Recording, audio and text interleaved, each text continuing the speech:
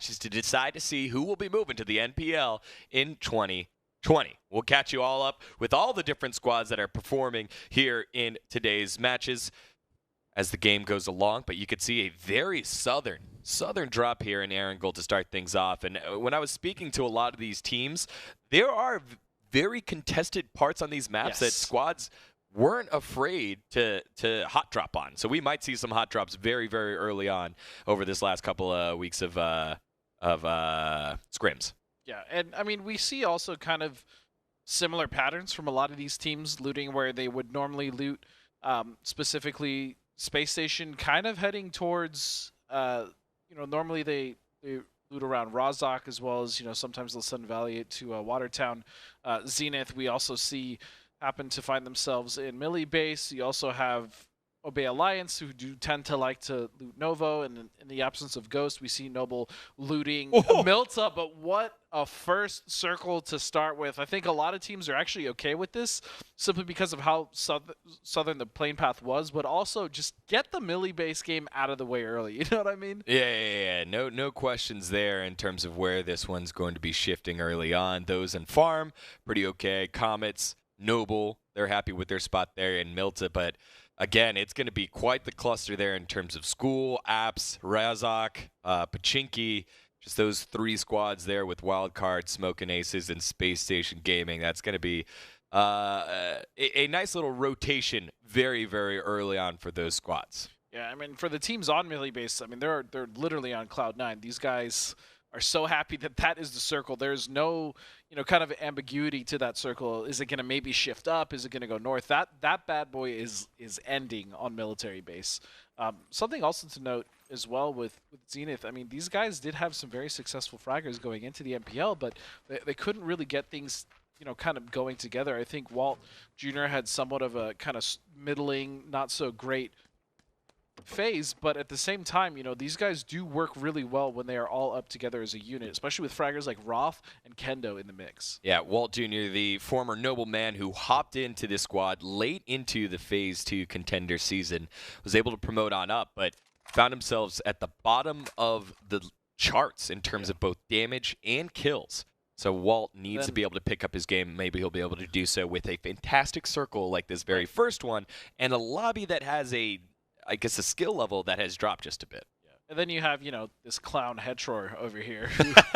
I can't express to you how much I love these guys, and especially like Hetror is one of my best friends in this community. So again, to see him here kind of sucks because they shouldn't be here. But they're actually looting Pachinki, which is really, really interesting. It seems like Smokin' Aces has kind of liked to go Razak in the past, so it's possible with that kind of gap they've just filled in. And then Player One Esports, we see them, they kind of looted around Ferry Pier as well as the southwest. They're actually going to be able to make a really nice early rotation across the bridge. 303 kind of not really camping it. That actually is an interesting question also to pose is, does 303 or P1E potentially stop trying to camp the bridge, or are these guys just going to go for position moving further into the circle? Yeah, it's so early to tell. The circle will be rotating on in 30 seconds that it feels like it could be dangerous if you start setting up camp now. You don't know exactly how many teams hit Millie Base when the drop happened so early on, but I guess we'll find out in just a bit. SSG actually, they're gonna. So what they're gonna do here is they're gonna send off kind of their vehicles just southeast of them, kind of at that tip east of the 12 block of yellow houses. They're gonna send it off and just get on the island early. That's a strategy that we've seen Genesis use as well, especially back when SSG would compete a lot against them for that spot. So they're going to be able to get over early. We also see Noble getting across the eastern bridge early as well, simply because of the fact they were looting Milta. They're going to be able to get this uncontested. It does look like they're scouting and practicing good scout fundamentals, and they're going to be able to make it across as well. Noble, I'm not too convinced they would camp the bridge, but I also wouldn't put it past them simply because that's a lot of points you can get. You can also stop a lot of teams from kind of coming on your edge of the circle, and then you can really start to move in there and dominate. That's right. And so for those of you back home figuring out, are they on land, are they not? Yes, the players are here at the Super Arena on stage, so stage nerves plays a part in how these new NPLC squads will adjust, and one of them being Comets. And Comets have had some experience on stage. Several of these guys have had the opportunity to try and promote up. Right. A couple of them have played in preseason, so they've been there before. Yeah, I mean, you have a player like Disciple, for instance, who I think is a very talented player. He's actually been in the MPL before. I know, in fact, every one of the players on that team, Comet specifically, has played on LAN here at the Super Arena before. So that's actually a really good thing to also bring up. I'm very happy that you did. Elusive is one of those teams where I feel like not all of their players have played on LAN, especially like this. And that is something that definitely weighs on a player's mentality, their confidence, the way that they just generally play. Nice shots coming out from Pax. And I say nice shots because you always want to kind of hope for the lucky one, just going for the desperate spray.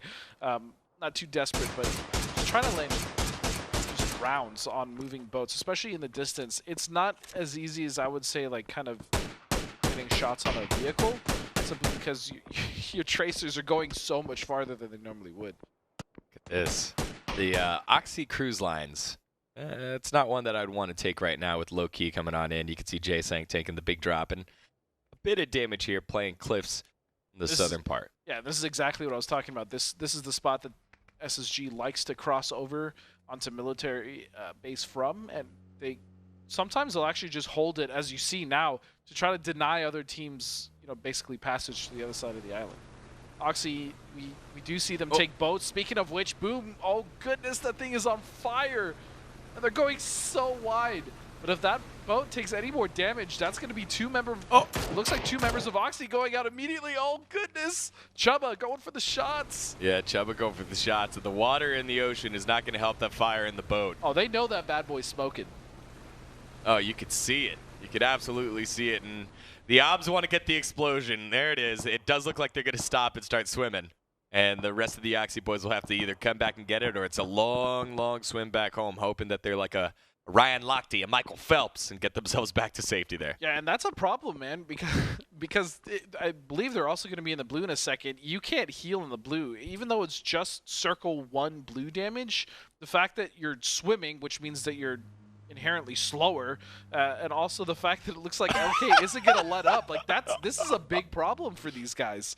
Yeah. And this is smart from LK because, first of all, there's no boats on their side, so they know they're kind of screwed as far as getting across that way. So they might have to fight a little bit earlier than they want to. Accumulating 2 early points here by blowing up a boat is a good play for them. Yeah, and Oxy's key to success throughout the season has been just finding points whenever it mattered, as the boat does explode. And Oxy's 2 members on that back boat do stay alive. But now Valiant getting caught out. He's going to be able to get one. No, he's not. Kickstart kicking things off for Wildcard, and Valiant goes down. Who would have had on your bingo chart Space Station Gaming being the first team getting knocked, losing a player here? And this is a problem for SSG. They're still trying to get across the beach on the other side into the forest. Valiant going down there, that's definitely not a good start for SSG. And again, we often see Valiant going for kind of these off-angle or solo plays, and it often costing him his life, which it once again has done here. This is kind of a trend that is not beneficial that's been going on with this team. Yeah, and earlier we got to take a look at Pentalaw. He had a sniper rifle with him for a little while. They had an idea that Space Station was there, and they'd been tracking him for a little while, so the 3 members of Space Station get across safely. But the worrying part for Space Station is that, although we know Headshore to be a fantastic fragger, he's been pretty far down the charts. It's been Baja and Valiant carrying this squad throughout the NPL season, and now with one of those 2 members that has been leading the way, little shaky start here for Space Station Game. And I think that just could be a confidence thing with just how well they weren't playing over the phase. And I kind of called Headshore a clown earlier, and that's because he's so good. Headshore has always been kind of one of the best players, especially stats-wise, in the MPL. So to see him not perform, it's not worrying, but it's definitely a little weird to not see him up there in stats. I don't think that's going to be too much of a problem. It does look like actually Oxy was able to go back and ferry the other 2 members that had their boat up across. But yeah, for John Headshore, I think he'll be okay. believe that he needs to kind of get that momentum and confidence back, building with his team, and I believe doing that here will be something that they can do together. All right, well, keep that in mind with our favorites to get out, Space Station Gaming being the first squad down. And remember, it looks like a lot of these teams have been able to make their rotation safely across, except Wildcard Gaming that picked up that first kill. And everyone has found space here as we see Noble and Honey Badger just hanging out. Whoa, God Squad lighting up, and it's up against Obey Alliance. It does look like Obey Alliance will be able to take the compound there, and God Squad, Zero, and Spray have to figure out a new plan here. Yeah, Soko had so many bullets flying his way, and we're starting to see kind of the clump of all these teams starting to edge out where they want to play in the circle. A lot of them are opting to go towards the east side, especially towards this gigantic radio tower and melee base, because there's so much vision and so much ground you can get information on when you're playing up that high in terrain like this. Well, Noble now just hearing all those gunshots earlier by God Squad, now tracking Obey Alliance, and this is a squad that made a change earlier in the season with Cadence stepping into the coaching role, Victor coming up into the squad, and we challenged him in week 4. It was like, hey, is someone going to step up for this team? And Victor absolutely did. Yeah, he did. And it's going to take that kind of effort, I think, for Noble to work their way on into the top 6 as we get closer and closer here. Low-key, they're late to the party. I was incorrect. Wildcard isn't the only team that didn't make it. Low-key is also making it there in the northwest. I feel like also the sacrifice that Valiant made there to kind of help ferry everyone across, I still feel like it could have been mitigated, and that really isn't going to hurt Wildcard at all. They're going to scout that east bridge. They're going to realize that there isn't really anyone camping it, or just kind of slowly make their way across, and they're going to be able to get it, to the other side onto melee base regardless. So definitely, again, not a good trade coming out for SSG, but they still at least have 3 members up. They're in the circle, and they can start moving forward. On this side of the circle, however, on the west side, looks like Smoke and Aces are going to get caught out on the beach. Shots coming out from Battylol. That's going to be a knock on a Mime. And this is starting to go very bad. Good shot, nice return coming out from Cloudtail, but Smoke and Ace is in a tough position. Yeah, that's the Contenders MVP currently knocked now in the blue. And when you're talking about a squad that has been able to adjust here in terms of the pressure of land, it has been 303. 303's talked a big game, and they seem very confident coming on in, and Sophie Lish is able to answer back onto Sociopath, but Batty able to land those shots onto Mime, and now being the gatekeeper against Smoke and Aces. This is going to be a difficult position here for Smoke and Aces to work their way on through. Yeah, sorry, these grenades are just not going to cut it. He's really got to get a lot more momentum, get a little jump, get the arc going, but it does look like Smoke and Aces is trying to fight their way into the compound. Cloudtail sub coming in for Smoke and Aces for Light Show, not able to make it. Battylol has just been such a thorn in the side of Smoke and Aces. Now down 2 members, it's just going to be Soapy Licious and Monty. Yeah, Battylol now feeling it. He is stepping on up just a bit. His teammates are a little bit further back, going one-on-one against Monty, able to get Monty, so just one more member still up. It is Soapy Licious, a long-standing member. Smoke and Aces trying to hold things up. Battylol can't see him. He's in the smoke right now, but they hear the footsteps. They know they're in there. The circle is coming on in. Soapy able to get 1. Nice. Soapy able to get 2, but he gets taken down by D-Ridge. And Smoke and Aces is your first squad eliminated here in the NPL relegations. Yeah, and you don't expect Soapy to win those, but to see 2 really clean knocks coming out of him with his back kind of against the corner was nice. But that's not the start that Smoke and Aces wants. Yeah, spam those trees for 303. Nice start there for them. And Oxy, who's had the longest route around, Mr. Blown Apart goes down, and they're being gate-kept now by Elusive Gaming, another squad that has had to make the adjustment here. And oh my goodness, Jay all day. Shot. Sick onto Boom there. Yeah, just shoot through smokes, man. Landing some beautiful shots again, is going for the finish here. And Clam now finds himself. This is kind of what we're sadly used to seeing with Oxy, though. Struggling in the blue, chasing the circle, especially when they start playing against kind of like better teams, so to speak. And this is where they struggled as well in Phase 2. So it seems like still kind of an issue for them.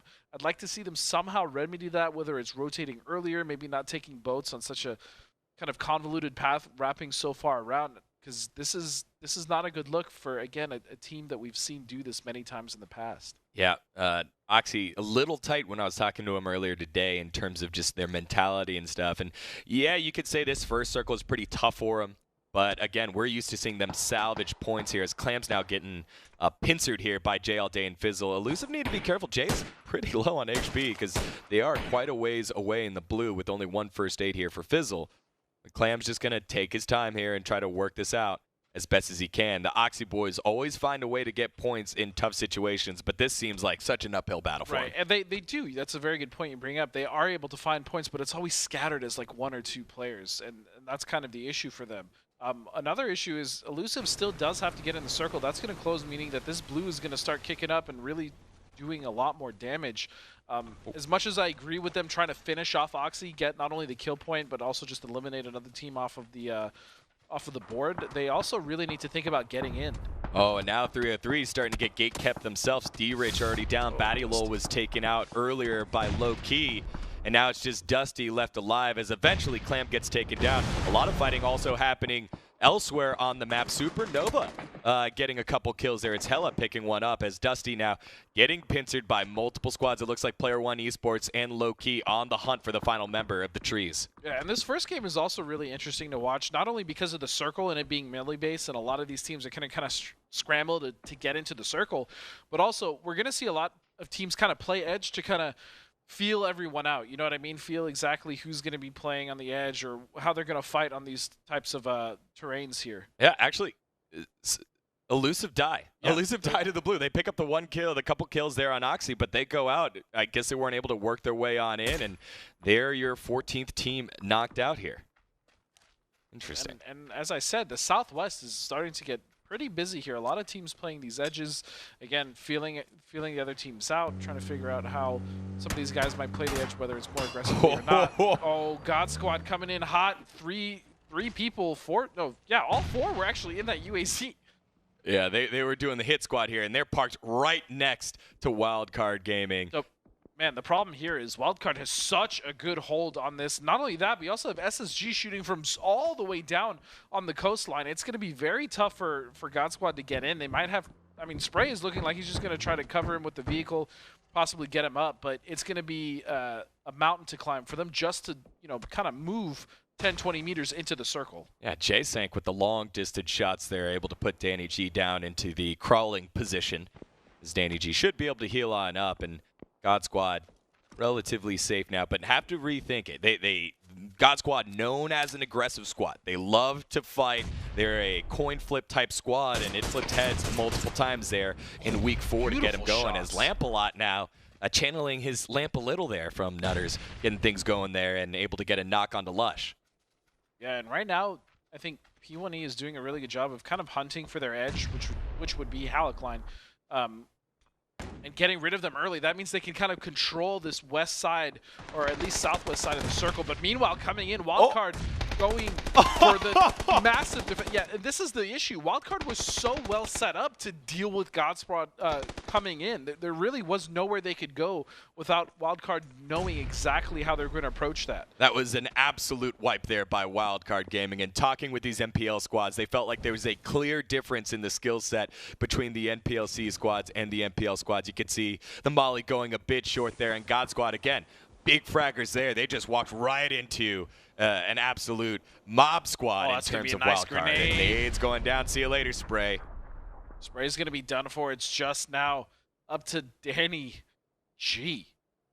And I hate to be kind of like a bearer of bad news or a spoiler, but I don't think he's going to get in here. Wildcard is just too well set up. They know what they're doing, and there it is. That's going to be it for God Squad. Yeah, Pistola time with the quick reactions, and Danny G goes down. God Squad going out in 13th place. A lot of nicks and knocks there across the rest of the map, though. Teams starting to lose players. Pack's actually dying to blue there for Low Key. And now it's just, I believe, Lobes and Figs still up. And Chubb is still up there for Low Key as Halocline gets taken out. So you're talking about that fight on the western side. It is Player One Esports that will take control of the circle on the west side. And P1E did a great job, like I said, of wrapping on their edge of the circle and really just kind of taking care of all the teams there. Low Key now, they have, if they can take out SSG and they can move to the south, that's, I think actually one of these two teams is in one of the stronger positions to wrap into the circle and take control of the forest that's just south of the position they're on. Meanwhile, Vanquish having a little bit of trouble here. trying to kind of get their members to the other two in the split. But overall, they should be able to get there just fine.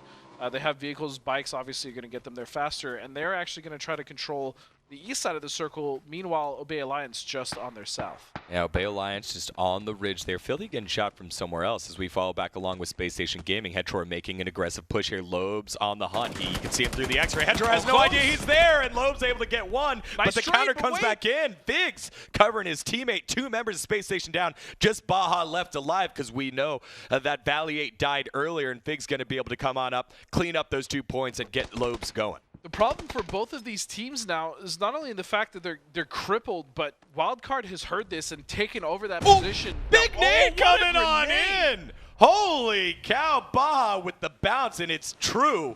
2 members going down, and Low-Key gets taken out. Penta says, sorry, see you later, Low-Key Esports. We're helping out our buddy Space Station Gaming. That was wild, man. And as I said, Wildcard, they'd kind of gone where I wanted one of those 2 teams to go, but the issue was they had to fight. Wildcard heard it, and that's it. It's just Baja now out of Low-Key and SSG that were just fighting there. What a bounce, and the action's not done yet. Now Obey Alliance.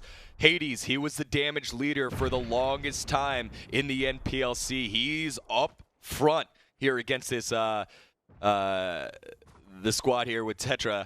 Tetra, the top player here for Vanquish Gaming that has been consistent, but you know, we've seen this squad as Vicious Gaming have moments here, and they need to turn it on here as Obey Alliance coming down the pipes there for him. Yeah, and I'll be honest, it's kind of nice to see Tetra, you know, have a bigger impact for his team, at least in Phase 3 than it was in Phase 2. He definitely struggled in Phase 2, playing, you know, with Accelerate. He had issues on that squad, but to see him kind of break out of that shell and really perform much better in Phase 3 is great to see, and I'm hoping he carries that over here into Relegations. All right, so Supernova, we've seen their name pop up on the kill feed a lot. It feels like Player One Esports has an idea. They're spread out, but N8 gets the jump onto Aguila. Now next up is D-Treats. Nice He gets shot in the head. It's N8 popping off here for Supernova. Couple of knocks, just Lampalot, the last one up alive. We've seen big plays from him. And Acro come on in, and so Player One Esports going out in 9th place. Believe that might be Supernova, man. These guys have been improving week after week. We saw it at NPLC. Now coming in first game, getting some great momentum going for themselves with a good amount of kills. So really awesome to see that. But they're going to have to deal with Noble here in a second. That's our second NPL squad knocked down after Low-Key has been taken out. And so big play there by Supernova that gets some control of the circle in that area. Wildcard need to make sure they're paying attention to what Vanquish is doing, because they're getting in a position where they could potentially hold them out here on the northeast side on the circle on the edge there. So they are getting slaughtered, however. Going for shack plays, it's kind of a tough position that they were going for. They're kind of in the open. I think that was more of like Ascendant play, whereas VQ, if they would have rotated south, they actually could have taken a little bit of control there and stopped Wildcard from getting across, but I guess they just wanted to go for the safe play, and the safe play did not really work out. Yep, Finna to see a gray screen here in just a second with the 2 other members of Vanquish still hanging behind. You can see Wildcard just spread across this hill here and have control of the northeast portion of the circle. Comets, we haven't talked about them all that much yet, seem to be over at the north with Noble. 4 men alive. We always talk about it. 4 guys alive gives you the best opportunity to get yourself that dub, regardless of how the game has played out for him. And Noble had a big week 4 push to get themselves into this position. Now in position to get themselves at least more placement points in this 7th place position that they're currently in. Yeah, nice shot coming out from Yaxley. That's going to be a knock on a kickstart. Should be relatively safe. They'll be able to get him up.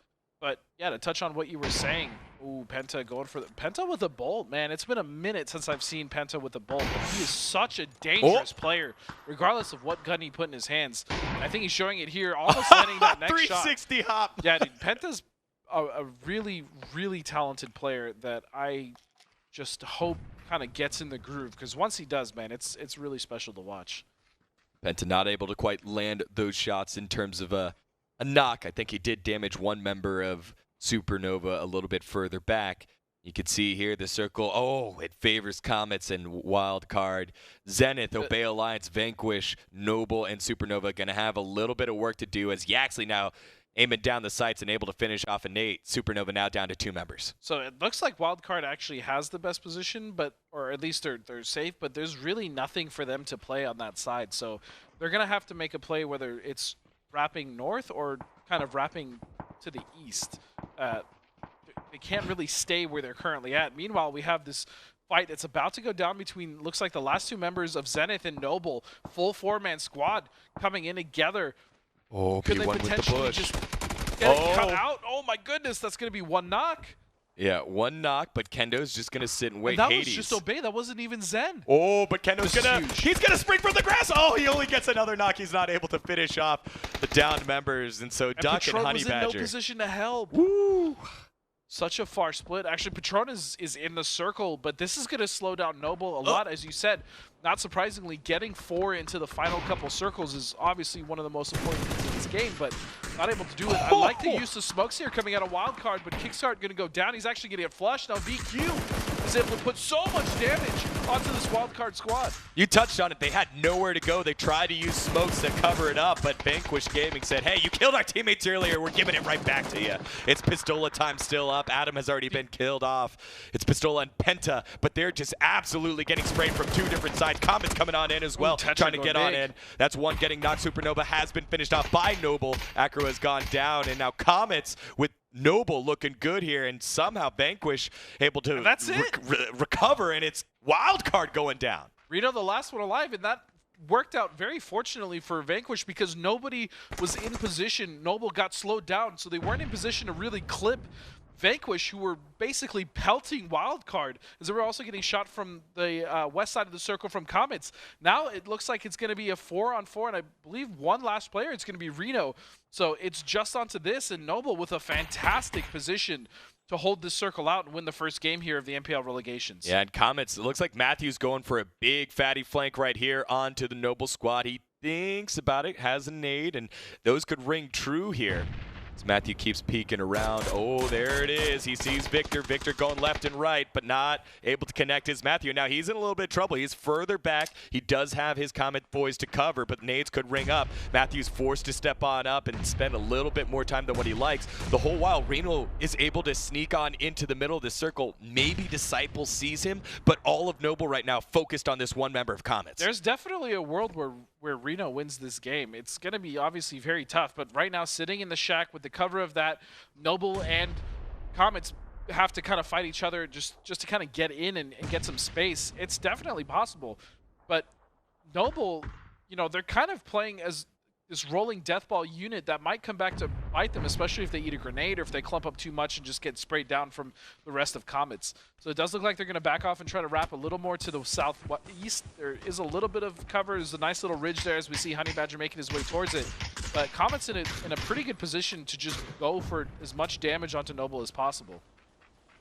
All right, so you can see rotating on in here. Lots of smokes being thrown down. Comets with the aggressive play, and of course you got Reno hanging out as Duck taking some damage there from Matthew. Not a lot of damage being dished back out from Noble quite yet. No, and Matthew going with the flank yet again. This has been his position over and over again. Vanquish does go down. Honey Badger's able to get 1 into the shed, but now 2 members already down by Noble. Matthew still going on the flank. He's about to run through all the smoke, pick up those kills that have already been knocked. It's just Honey Badger. He has his nade out. This should be free for Matthew. And it is. It's Comets taking game number 1. A 9-kill victory for the NPLC squad. Yeah, that flank was absolutely huge.